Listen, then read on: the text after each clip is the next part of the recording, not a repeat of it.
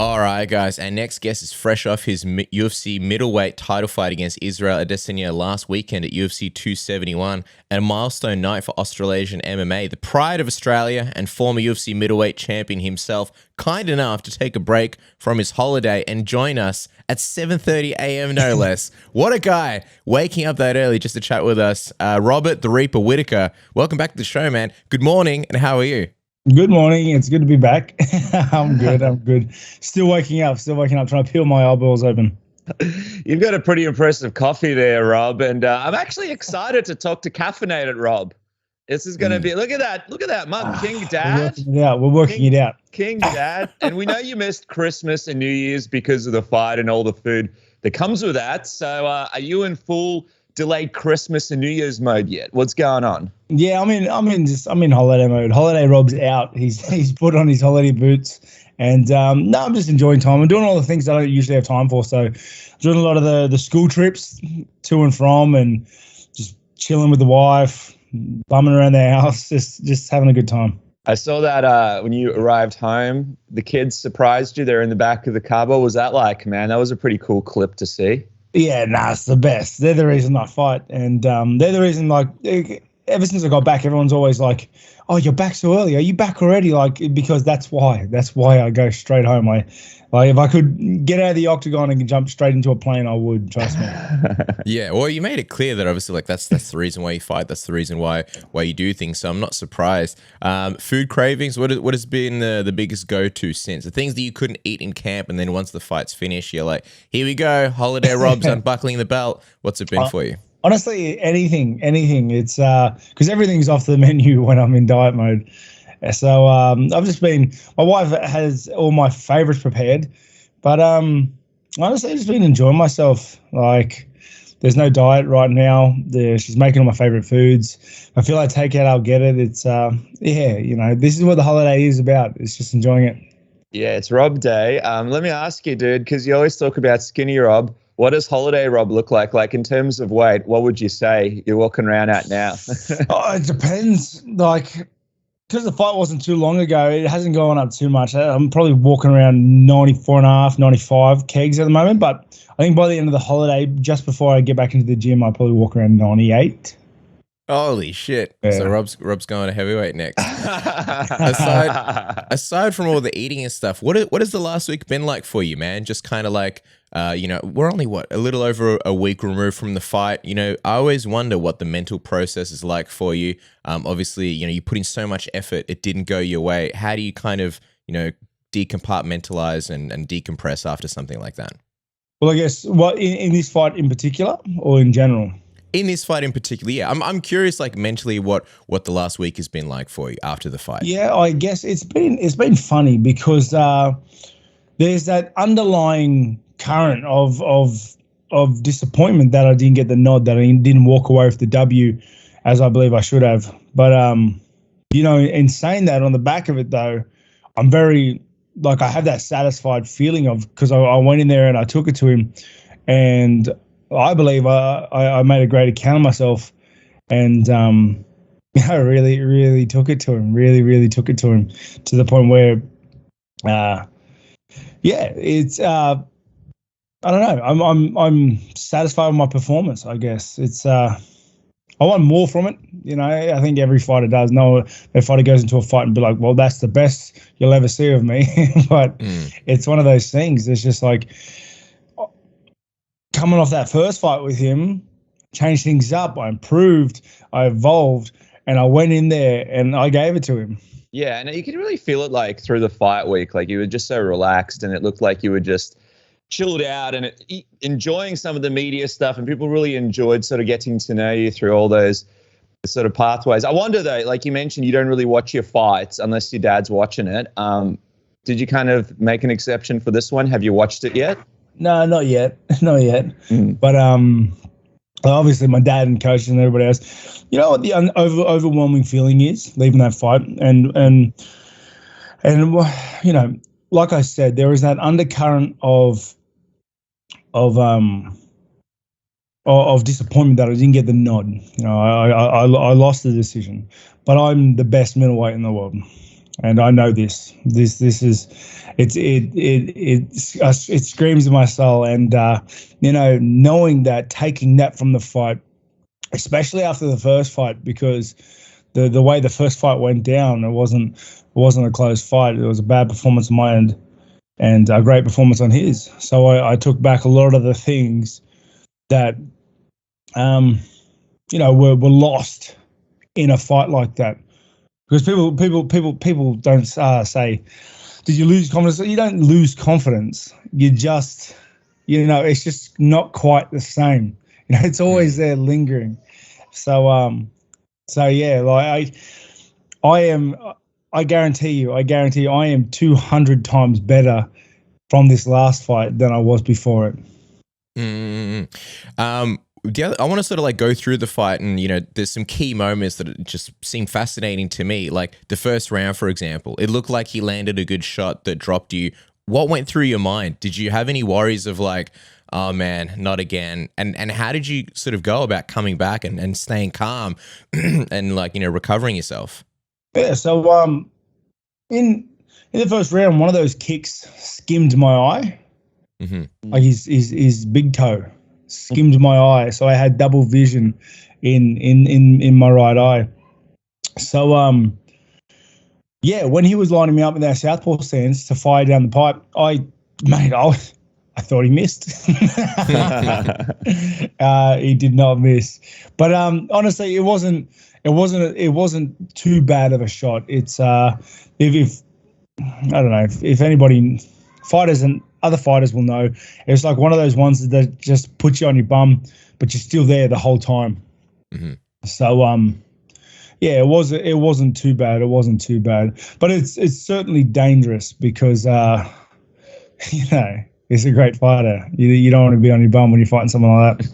Yeah, for sure. It's also like a kind of a crazy way to kick off the fight, right? You're doing the rematch and you got your game plan. And what's impressive about it, what Casper said, is how you were just able to like calm down, go into the corner, reset, and then, implement things as you went on in the fight. I wonder, like, what did it feel like in between the rounds as you sat down with your coaches and sort of reset yourself mentally as you went into every single round? Obviously, they had advice for you and things that they were saying, but were you going through something mentally? Were you saying something to yourself as you sat down and chilled out? Just because I bring it up, just because you were so chilled out, man, in between the rounds. Like it just looked like you were just taking a bit of a break and then you'd reset at the start of every round. It was really impressive. And it's funny. I'm glad you saw it that way because I think some people misinterpreted it. What were they saying? I don't know. I just some people. I saw some comments on different things saying, yeah, how I think when it was running live, how I looked at the end of the rounds, and that's the thing that I was just chill. I was in there. I had a rocky first round. It was a bit of a shaky start to the fight, but that's the game. We're fighting. We're not out there catching butterflies. You know what I mean? It's yeah. Or that one of the overreaching key things is just stay calm, stay cool. I know what I'm doing. My body knows what to do. My coaches know my coaches know what they have absolute confidence that I can do what we planned and what we what we worked towards. So yeah, it was just, you just got to stay cool, calm, collected. Yeah. Do you reckon that's one of the things, like one of the big improvements that you'd say Rob 2022 compared to maybe Rob from back in the day, like being able to be that calm in between rounds and like being so calm and relaxed after maybe the first round didn't go your way? Yeah, definitely. Well, I'd like to think that I'm a fighter all the time. So I think even Rob back in the day, even if I had a rocky start, would still go down on his shield in the later rounds. But definitely that's something I've been working on ever since that first Adesanya fight, was like staying calm, having no emotional attachment to certain things in the fight, not letting certain feelings and emotions out during the fight, staying calm, staying collected, staying with it. And, I'm a lot better for it. How much did you change? I'm curious, what was the now that it's all in the books, what was the game plan? What were the tactics for this one?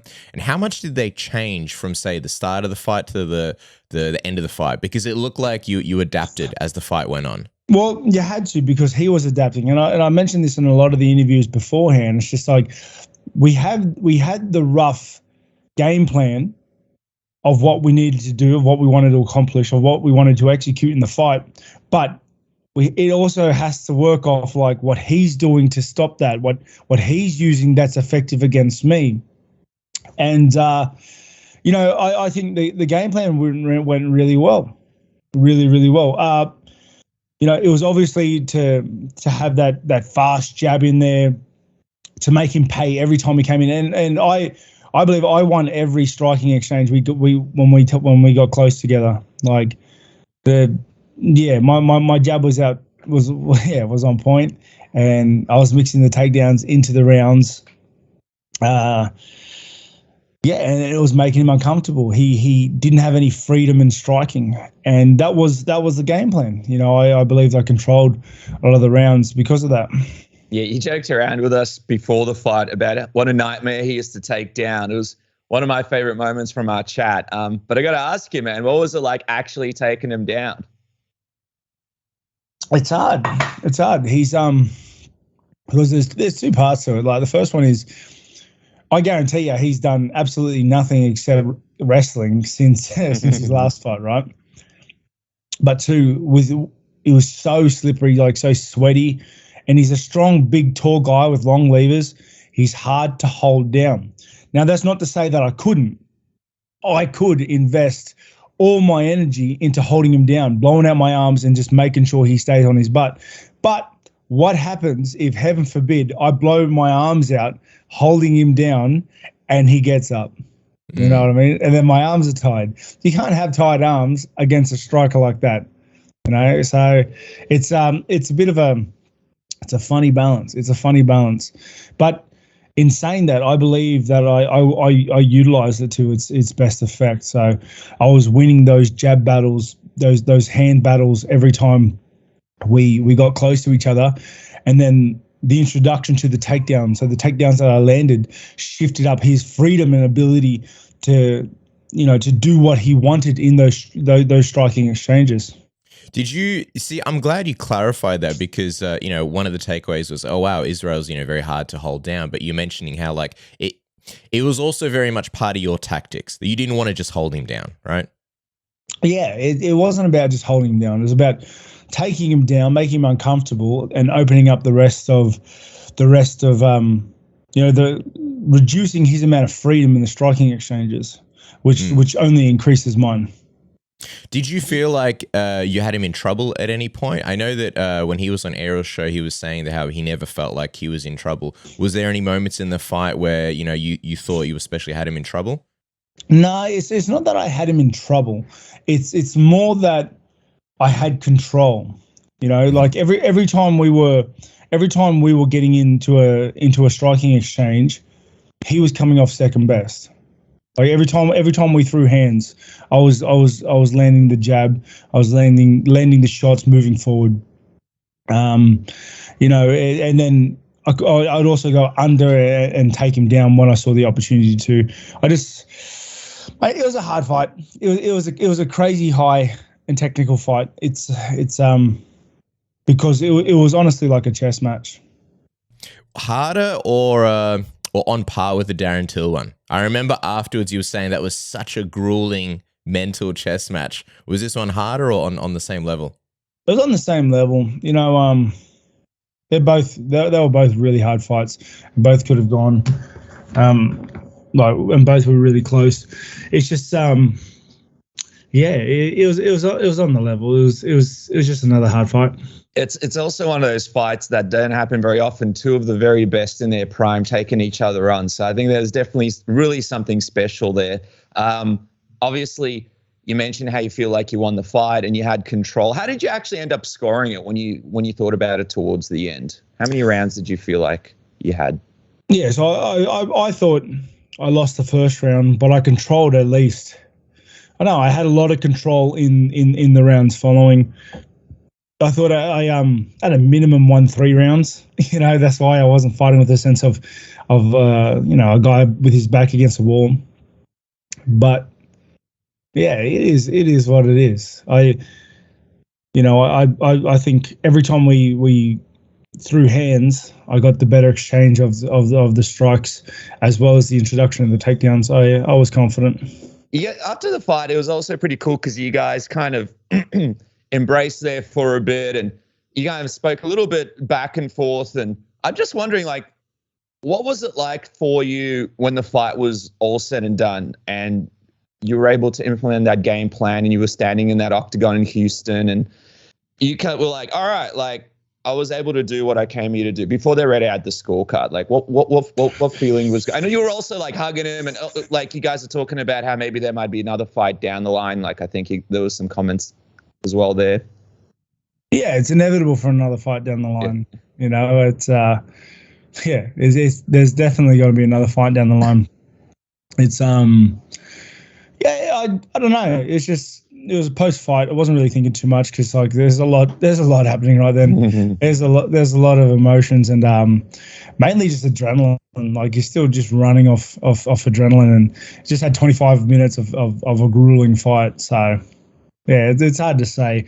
I guess a big takeaway though is just like, and you can see it. Me and Israel had respect for each other. We both got in there. And we gave we gave a really good fight. We left it all there for everyone to watch and to enjoy. And I respect him for that, and you can see he respects me for that. Oh, 100%. Very much night and day in terms of the post-fight vibes. I want to ask you something key, but just quickly, guys, I want to remind everyone, leave the fighting to in the cage. Don't fight with your rusty razor when you're shaving your Johnson. Rob's talking about how there's no ceiling to the improvements. Sometimes the little ones are the most important ones, like, maybe shaving off a few minutes off your grooming, your manscaping, and the Manscaped lawnmower will do just that and more with the 7,000 RPM pure power motor, the ceramic blade, so you never cut yourself ever again with its skin-safe technology. You've got the LED light. It's waterproof, so you can just smash it out in the shower, shave the old beanbag, be nice and smooth, be a smooth criminal. Hell, do your back while you're at it. Do whatever you want. And then just move on with your life. Throw it on the wireless charger, and there you go. You're good to go. Good to go to work or training or your date or whatever you do. And if you get the Performance Package 4.0, it comes with also the Weed Whacker ear and nose hair trimmer. So everything on your face can be perfectly groomed. You also get the Crop Reviver and the Crop Reserver ball toner. So the junk stays fresh and nice all day long, every day. And you get free underwear and a free shed travel bag. Isn't that right, Dennis? That's right, man. If you're looking like a bit of a Borat and you want to switch things up, there's only one place to go, and that's Manscaped. Get this great deal of 20% off and free shipping today with the code word submission. That's 20% off and free shipping today. It'll change your life forever. You'll stop stinking out the gyms when you go in the north-south position in Brazilian Jiu-Jitsu. You know who I'm talking to out there. Hey, I'm guilty of the same thing. Let's stop making it a weapon and start making it an attribute. And that's thanks to Manscaped. Get one today. Cass, this weekend as well, a pretty interesting fight for the lightweight division. Obviously, Bobby Green takes on Islam Makhachev. Even though it's at 160 pounds, very interested to see what happens with this one. And you guys can make some serious money on it with my bookie. I'm just looking at the odds right now as we record. And Bobby Green is plus 450, while Islam Makhachev is minus 800. So if you guys want to play around, if you guys want to throw down some money, I really think this could be the weekend to do it. Not to mention that these guys have all the best NHL, NBA, NCAA basketball odds, all sorts of stuff. You can even make money on the PGA. Say, what? Go to MyBookie and double your first deposit today with the code word submission. That's MyBookie. Double your first deposit with the code word submission. Bet anything, anywhere, anytime with our friends at MyBookie, Cass. Yeah, and just quickly before we get back to Rob, I've got like a million streaming services. You got Netflix, you got Stan, you got Disney Plus, you got Paramount now, you got Hulu, you got Binge.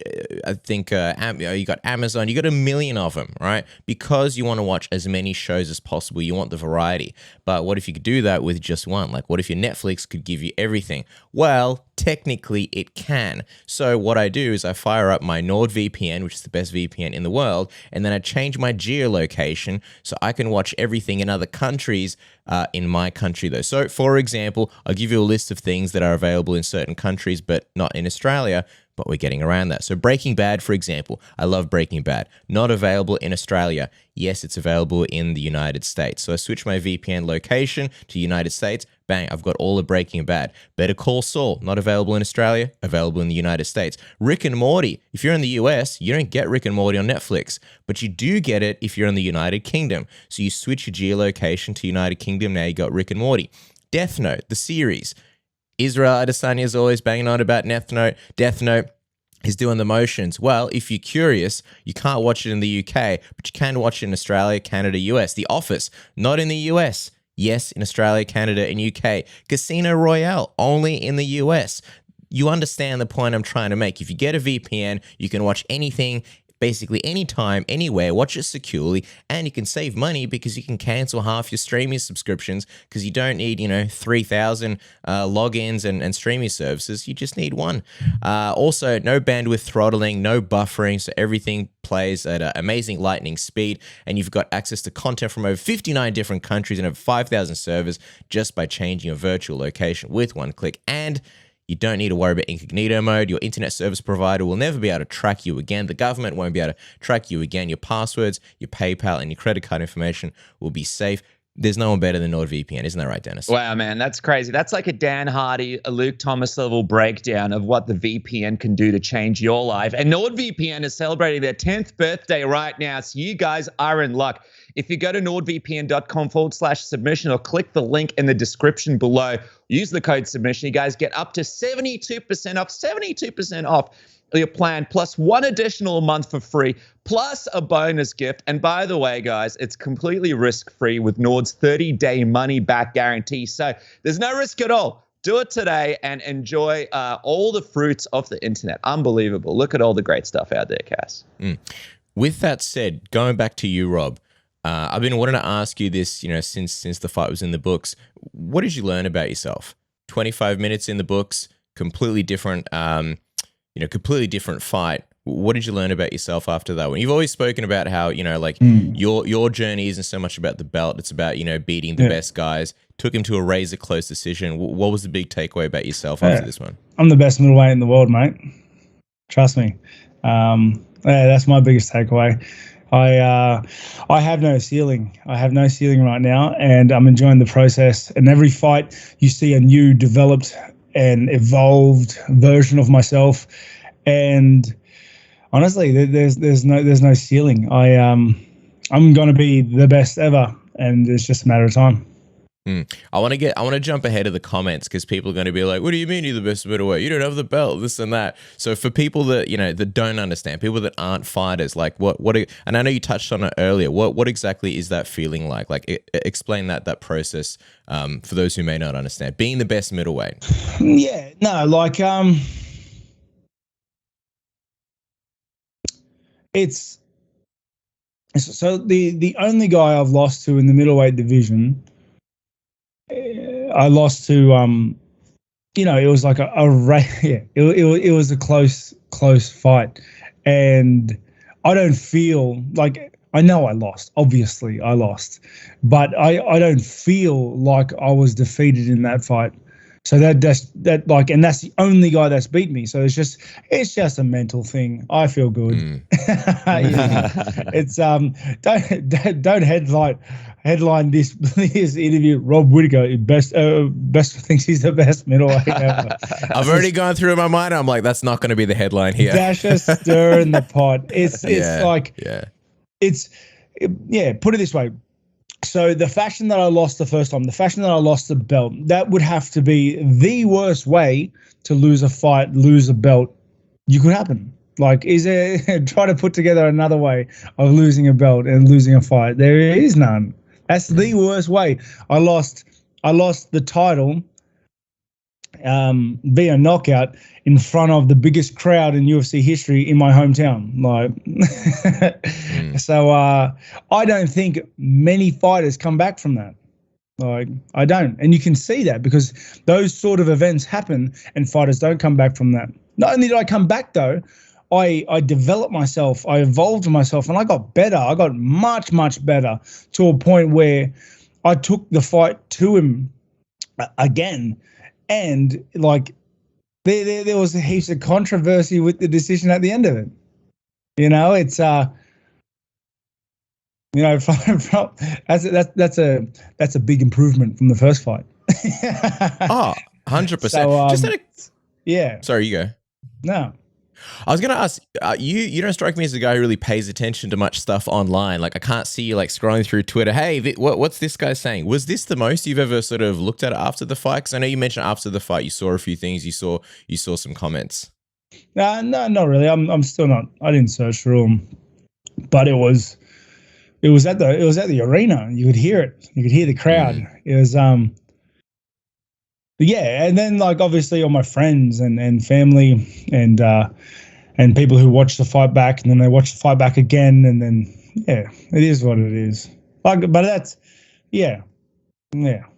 I got to ask you, man, physically, how are you feeling after this one? Any injuries or anything that needs attention? I know you're going to the physio after this. How's the bud feeling? Good. It's funny because it's so different than normal because normally normally I'm in the quarantine, the hotel quarantines at this time. So all this is kind of happens before I get out. So a lot of the things that happen post fight are happening at home and it just feels different. It feels strange. I'm going to go to physio because had a bit of a funny knee before the fight, and then Israel was kind enough to kick it for me as well. So just gonna give that a sus, but as well as just like get my body looked at because just fortitude for 25 minutes. Yeah. What do you think the rest? I mean, what a question. What do you think the rest of the year looks like? I know that's like quite, a long way down. But in terms of like ideal scenario, and I'm also asking because I'm wondering, like, for you and Israel to be inevitable, what do you think that path looks like for you? I think he fights Kenny Nair next, and then I think I fight someone in the division. I don't know how many people are left. Probably Vittori. Yeah, he would have to be the highest ranked next up, I believe. I'm looking forward to. So I'm going to enjoy my little break now, and then get back in the gym. Probably look for like maybe a July, August sort of return. I think that'll be good because then I can get a third one in at the end of the year. So I think that's good timing for me. But yeah, that's very rough. After the fight, Israel was saying that, he kind of mentioned to you something about like, I don't know if he said you guys will run it back, but he kind of like, patted you on the butt. But post-fight, he kind of didn't seem too keen on a third one. And Dana was a bit like, he didn't really say much about it, but he didn't exactly jump out of his chair. Is there any concern for you that it gets to a point where, like, again, you're building this streak and then it's hard to get that third fight? Nah. I'm sure he does want to have a third fight. It was a hard fight. And he knows the threat that I'll take it. Like, yeah, it doesn't bother me. I'm not really worried about it. Just like the first time, I'm just going to beat up everybody they put in front of me, and then there'll be no one left. Yeah, it'll be interesting as well because I know there's some plans for Israel to go back to 205. What would mean more to you, regaining that belt again or getting that third crack at Israel, you reckon? No, neither. Neither? Nah, because it is what it is. Like I'm in the industry to fight. I fight for your entertainment and for a living. It's I don't care who you put in front of me. I'm just gonna do my thing. And yeah, my journey in the sport and my career has all been about like improving myself, coming close to that perfect mixed martial artist, and I'm tasting it. It's coming closer, and I'm enjoying the ride as well. My mentality with the titles, with the title and the belt, is, mate, you put them all away, you'll eventually get to the top. And thank you for that. It is very entertaining watching you, so we appreciate it. I was going to ask though, man, I remember back in the day you were on the show. This might have been before the first Israel fight, and you mentioned how you could see yourself maybe going up one day and fighting John Jones. And obviously John's gone and the other things popped up, but you're always talking about Skinny Rob and you love your Christmas snacks. So I have to ask, like, do you ever see yourself fighting at 205 before you decide to call it a wrap, especially considering the fact that you've already beaten most of the middleweights in the division? I can definitely see myself fighting at 205. It's something I've always wanted to do, just because like I have to cut to middleweight and cutting sucks.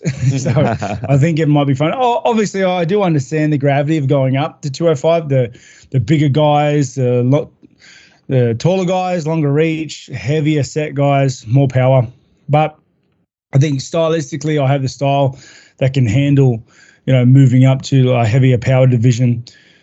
But honestly, it's I'll take it as it comes. It's it might be something fun to move up and have a dabble at, but we'll have to wait and see. And I think that the other reason why we asked, I know Chael Sonnen was saying like, hey, like maybe a change of weight classes, like a fresh paint of coat, right? For Rob, do something different. But I get the sense that after this fight, it's not like you're looking to say, reinvent the wheel and go, hey, I'm going to switch divisions based on the outcome, right? Yeah, definitely not, because I'm doing, I'm doing solid work in this division. And I guess you can look at the fight back. It's just, does it look like from my performance? Does it look like I need to reinvent the wheel? I feel like I'm still developing and evolving and getting better as a fighter, and I'm making so much ground. It's not like I'm throwing the same game out constantly year after year. I'm very happy with how I'm progressing as a fighter. And yeah, I'm looking forward to it still. Like, I'm looking forward to the next fight to throwing out my skill set there that will only be better than the last one. Yeah, man. Well, we're looking forward to it too. And thanks so much for joining us so early in the morning. I love this caffeinated, Rob, man. 7:30 in the morning, no problems. Make sure to follow the man at Robert Whittaker MMA. I know you guys are finishing up on the last drop of your T-shirt from the fight week. Just let us know just quickly, like what's coming up, what can people get? And also for people in Sydney, give us a quick update on the gym, because I know you got that great facility over there. How can people go and check it out?